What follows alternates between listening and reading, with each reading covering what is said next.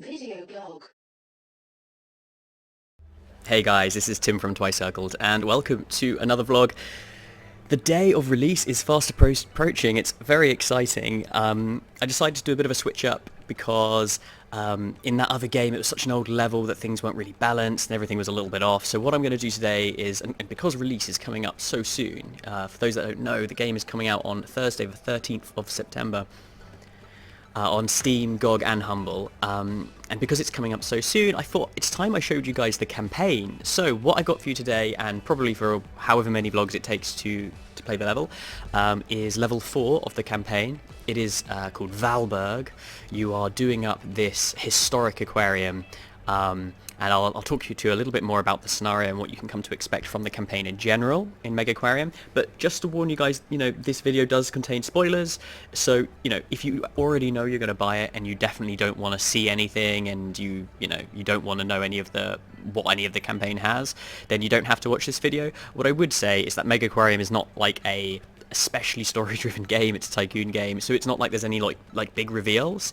All you're going to learn is like the kind of what happens in this particular campaign mission. You're not going to learn anything else about the overall storyline, so it's pretty safe. But if you really don't want to have any of it spoiled, you don't have to watch.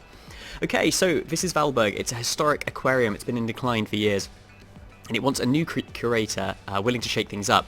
So the idea with Valberg is it's set in this sort of like, I think, pseudo sort of Scandinavian, Northern European country where it's very cold, and therefore your heaters don't work at full capacity. They only work at 66%. So this is actually the level where cold water animals get introduced. So the way it works here is that your chillers are actually 50% more effective. So you can use little chillers to heat big tanks, and so the general idea is get lots of big cold water animals in big tanks, and you don't have to spend so much on your chillers to get them going. So this first, so I think I might have showed you guys a little bit of this sort of like objective tree kind of way earlier in the dev process when I was making tutorials for shows, but the basic way it's going to work is in the campaign you've always got these global objectives up in the top right. There are also some sub-objectives that pop up from time to time where you'll get little extra rewards. And so this is our first thing that we've got to do. We've got to unlock the cookie ras, and we've got to basically build a tank with these specifications, and then we'll be able to move on to the next stage of the level. So we've just earned our first ecology point because we've actually started with a cool aquarium. I didn't build this. Well, I did because I'm the developer, but you won't have to build this. You start with this when the level starts, which is kind of cool. It's actually quite fun having some basic tanks already set up, but that doesn't mean that there's not room to optimize. So we're going to go straight in for this cookie ras because that is the objective, and once we get that, we get some base prestige, which is very useful because it will permanently increase our prestige. So we definitely want to follow these objectives whenever possible. So that's that, and now we also get to pick from a science project. Now, you might guys, you'll see as time goes on that actually I've changed the way this research window works now. You now have access to basically anything that you have the prerequisite rank for. You can then research anything that you have that for, rather than before where it was like this linear sort of, a couple of linear lines of different objects you could unlock. So you won't see it here because we've actually already got all the stuff from rank 4 and below unlocked. So we've only got rank 5 stuff to unlock, but basically if we get to rank 6, then we could unlock stuff from rank 6 and rank 5.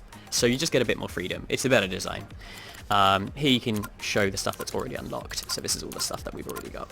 Anyway, so we are going to we could go for the power light, because you might have noticed that we could go for this tubular sponge, which needs level 10 light. So that could be one tactic, is go heavy on the corals. I like the power pump, it's very useful. The Belfast tank's also very good. It's a very big rounded tank. Although I think I'm just going to go for this skimmer because I don't know, I just find the equipment so useful in this game. But there definitely is other tactics there. You could totally get by with just the basic skimmer, which is we've already got access to. So it's definitely not a game with only a single solution. So I'm going to pause the game real quick. Actually, no, I'm not going to bother pausing.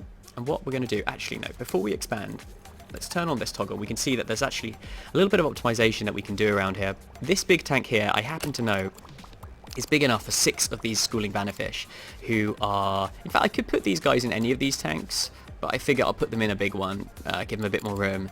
So there's none of these in our aquarium yet. In fact, that's a cool new thing. Look, if you hover over these, it'll actually tell you how many you've got in your aquarium, so you don't actually have to look. You can just do it from this build menu. Very useful. So I want to put 6 in here. Now there's not quite enough space because they will take up a space of 30. So what I'm actually going to do is I'm going to move... well, actually, I'll show you what will happen first if I start putting them in, right? So I put 4 in. Now, one of the problems with this is it's actually made our rabbitfish slightly unhappy. I've just realised something I've never even shown you guys in a vlog yet, is that I've brought back this whole, like, health thing, which wasn't in there for a while. But I don't want to spend too much time talking about that because I want to show you this campaign. So general idea is if you don't keep their care requirements met, they have less health. Less health means less points. If their health goes to the red, that means that there's a chance of them dying, which is not good. So these guys are actually annoyed because they don't like food competitors, and they eat the same thing as the schooling bannerfish. So we actually have to move these rabbitfish out of this tank if we're going to put bannerfish in there. But luckily, we can just put them over here, and then we're okay. Oh no, but these guys also eat bannerfish. So, not they don't eat bannerfish, they eat green pellet. What about this tank over here? Well, we could put them in with the corals, actually. So we're going to put them in with the corals. Now, this has actually reduced our water quality over here. Now, I've shown you guys this before, but we actually have a large pump here, a power pump, which is connected to both these tanks, which is pretty cool. So these actually share water quality. So what we're going to just do is add a protein skimmer, just to bump that up a little bit. And you know what, now we've done that, we could even add a few more corals. Just to maximize this one. Don't really need those rocks, but whatever, I'll leave those in. So now we can continue to add schooling bannerfish over here. So now we've got our 6 bannerfish, and if you just kind of keep the window open, you can kind of see, oh, what's annoying these guys? Okay, well now they want plants, but their shoaler requirement is met, 6 out of 6. And if this has all seemed a little bit complicated, don't worry guys, this is level 4, and I promise you every single one of these care requirements is slowly introduced to you as you play the game. A little thing pops up and says, hey, this is what's new about the animal you've just unlocked, so don't be scared. And once you've learnt them all, there's about, I think, 15 requirements in total. There's actually not as many as you might think. It's just a lot of variety of the way they overlap between the animals. Once you've learnt them all, it's, you know, it's simple. So... we're going to add a protein skimmer to this tank too because it needs it. One thing we could do if we unlock this power pump is we could actually connect both these 2 tanks together so that they shared their water quality, and then we could take advantage of using bigger pumps and filters rather than having to have multiple small ones. Now, one thing that's a problem is that your staff aren't going to be able to access this. It would actually pop up and tell me, but I'm just going to fix that right now because I know it's a problem. I'm just going to move these guys around like that. So layout is always something to think about. Now this is nice, right, because these 6 bannerfish are generating me a ton of extra ecology. We've got 185 here, that was a lot lower before. The rabbitfish are a good source of ecology, possibly worth just putting some more in. These humpback snappers are kind of tricky because they're quite big and they will eat your other animals. Some more porcupine puffers is probably worth just going for. Yeah, that's up to 125. So I'm just going to put on fast mode now, and let's just see how that goes. Let's take these 2 off so it's not so crowded. Everything seems okay. We've got the little guys with the benches. Oh, here's a cool thing I've added. If I go to the bench. Now this now like floods. It used to be a sort of fixed range around it, but now it floods out and kind of fills the little crevices and the turns and stuff rather than just being like a fixed range. So it kind of like, to go round a corner, it can go round a corner, but it's having to kind of like go the long way round sort of thing. Actually, that doesn't actually make any sense because, anyway, the reason this is important, right, is it means I could actually increase the range on all of these different benches and facilities, which I couldn't do when it wasn't the range wasn't kind of flooding, because you had weird things where it would like attract people from across a wall, and then the guest would take this really long route round. Anyway, I got to stop going on about other stuff. I got to show you this campaign level. Okay, so this is where the game introduces hunger. So you can read that message if you want to, but basically we got this little submission which we get 1,000 reward for by building a couple of these little chocolate vending machines. So what you can kind of do is a bit like City Skylines. I mean, it doesn't actually show you like a heat map, but what you can do is sort of try and make sure you've got coverage. You see where the light green squares are.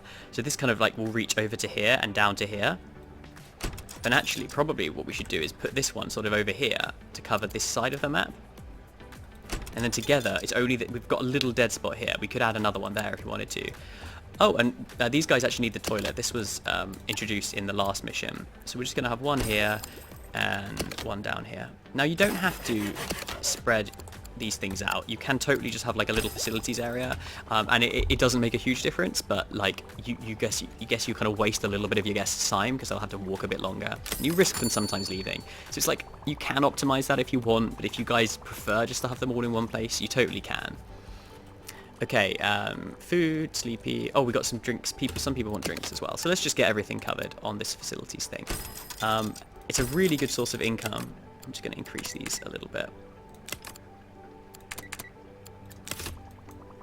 Okay, so we're earning ecology at a pretty good rate. Our aquarium's getting busier and busier, which is obviously going to increase our ecology income. Our science income is not very good, so let's see if there's anything we can do about that. Have we got any science animals that we're not using much of? Well, disco mushrooms is a very good opportunity, but that's the only science animal. We've got some reef squirrel fish over here already in our aquarium, but we can't buy more of those in this mission.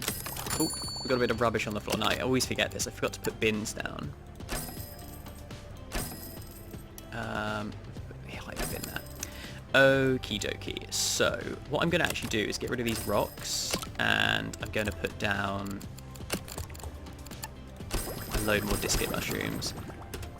Now, can you actually see how these disco mushrooms have grown up a little bit? We've actually got an extra thing, and that actually makes them worth slightly more. These guys are worth 17. It's actually, there we go. Once this guy's fixed this, it will go back up. There we go.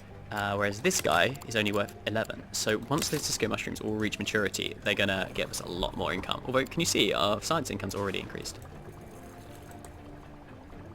Oh yeah, so we got some rubbish. So what we need to do... There we go, we got that cookie wrasse. Now what we can do is go for a rank 4, because we're going to unlock rank 4 stuff much quicker, because it costs less ecology. So I think going for a panther grouper just to bust up our science income is probably quite a good idea. So I'm going to get those guys. Now bear in mind that, you know, all of these heatings are being reduced, right? That's 60 out, that should be 90, okay? So we want to try and use cold water where we can. But we've only got the one animal so far. So how is our money going? Oh yeah, we can totally afford to do this. I like this level, right? I just really like the flow of it. In fact, let me just show you this. So we've got to make it at least size 50. Now at the bottom, can you see how it updates and tells us how big it's going to be? So that's size 60, that's enough. And size 60 is actually the perfect thing, because one of these little basic chillers, because it's more effective in this particular level, we can just use one of those and that'll do it. And then we're going to build our platform, which is nice and simple. We're going to put a staff door here. I don't think that will affect the way the toilet works. Good test, actually. And I'm going to put a staff door here. But yeah, one of the things I like about this level is it's nice and open, and it just shows that you don't have to cram everything. There's only 4 tanks, right? You don't have to cram them all into a tiny area. Like, actually, you can, but it doesn't like give you that much of an advantage to do that. It means your staff walking times will be a bit less. But this is not a game that, like, I don't know, there is definitely space optimization in it, but you can totally build like the aquarium how you want to build it, and you're not going to get punished for that. And I think that's really important. It's not just like one way of playing. We're going to hire Dante because he's a cleaner. We finally can see what the cleaning skills in. You can see that because this guy's quite fit, he actually gets a bonus to his cleaning skill. Whereas, is anybody else a cleaner? Olive here. Oh, she's the same fitness, but is there an example of like a negative here? Well, okay, here you got Benny, who gets quite a lot of extra feeding skill from her empathy, but because she's not that precise, she's only got a precision of 2. She loses a bit from there. Overall, she's pretty good at feeding, but she could be better.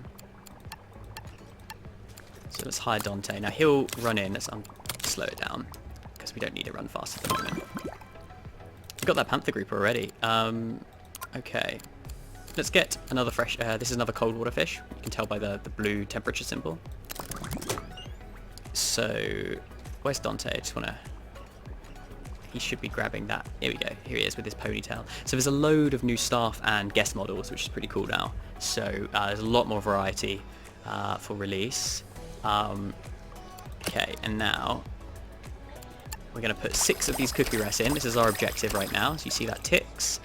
Now these guys, this is a little warning saying that these guys are actually at the at the death level, and they could die unless I sort it out. So I'm just going to pause the game, and I'm going to sort this out. Now, the way this works is actually it's at the end of the day, it does the check whether something can die. So, and you'll get used to that, it's not a secret. So as long as you always look out for those little warnings and you solve all the problems, by the end of the day you'll be fine. But sometimes it's not possible because you don't have enough staff feeding your animals, and that isn't something you can fix, instantaneously. So it can be tricky. So this just explains what base prestige is. And it basically says, after explaining that, we have to continue to expand our range of animals, both tropical and cold water, with the aim of reaching rank 6. So that's our next level, objective. Now these guys aren't producing maximum science points because they actually need some cave points. So let's put the caves in. I've shown you that before, so you don't need that. Now you might have seen there was a little message pop up there. So we're just gonna have a little look at this. So we got 2. So one of our pufferfish has grown, which is great. And we've also got this new subquest coming in. I'm just going to start this subquest, and then I'm going to wrap up this episode. But yeah, hopefully I'm going to push out quite a few vlogs in a short space of time just before release, because I don't have many days left now. So I'm going to split the vlogs up, but there's not going to be much time between them, don't worry.